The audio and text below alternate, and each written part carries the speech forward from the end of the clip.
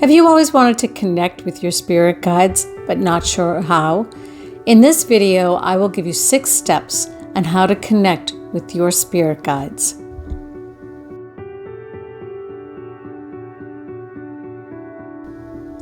The first step in connecting with our spirit guides is to believe. It sounds pretty basic, but it's hard to believe when we can't see our spiritual team around us. Our spiritual team includes angels, ascended masters, spirit guides who may have walked this earth or not, and your ancestors, people that you may have known or might not have ever met, who've transitioned and now are watching over you. They all are vibrating at a higher frequency than we are. We are in this world of matter where things are vibrating lower, and spirit is at a higher frequency. It doesn't make it any less real, and it doesn't make their interest in us and our well-being any less. They love us and they are here to support us. So again, the first step is to believe, even if you can't see. Step 2 is to create a sacred space. It doesn't need to be anything elaborate. I have a favorite chair that I know I can relax in, and it's a quiet area, and that's all my sacred space is. I add a candle.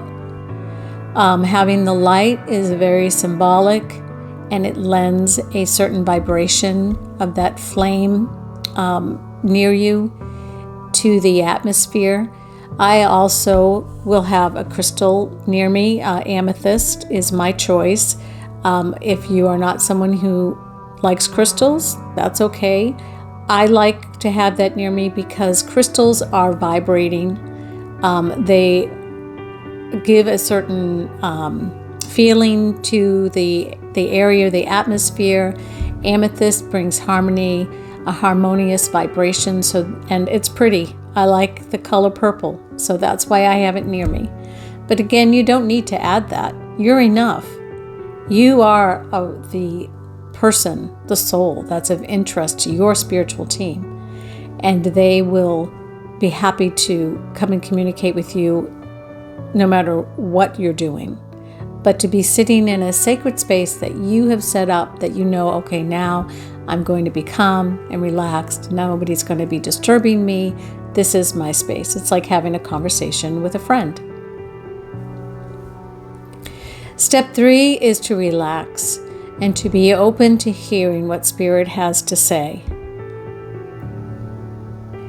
Step 4 is to ask your question. I sometimes will write down my questions through time, through like the day or the week, and leave that beside me, and Spirit can see that, and they can see what your question is. Other people, might just like to say their question out loud. That feels uncomfortable for some people. So you can just think your question, because thought is vibration, and Spirit communicates through vibration. So that is a perfectly legitimate way to ask your question. Just think it, and they will know. They will hear you. The next step is to be open to what comes to your mind or to your feelings, your heart. Even if it's a picture of something that makes no sense. Spirit is very subtle. If you've heard of the term, the still small voice, that is how Spirit can communicate with us. And we need to be open to that subtlety and not judge any type of picture or sentence or word that comes to you. The next step is to say thank you and close out your conversation. Thanking Spirit for being with you all the time, your whole journey of your life. You have your spiritual team near you. And to thank them for giving you the messages that you received during this particular meditative session or conversation with them. And if something didn't make any sense, to ask them to continue to unfold the message throughout the day or the week so that you can get a better understanding of what they are pointing to or what they're trying to communicate with you. I hope you enjoyed this video. If you did, please hit the like button and subscribe. Make sure you hit the notification bell so you'll be notified each time I upload a video.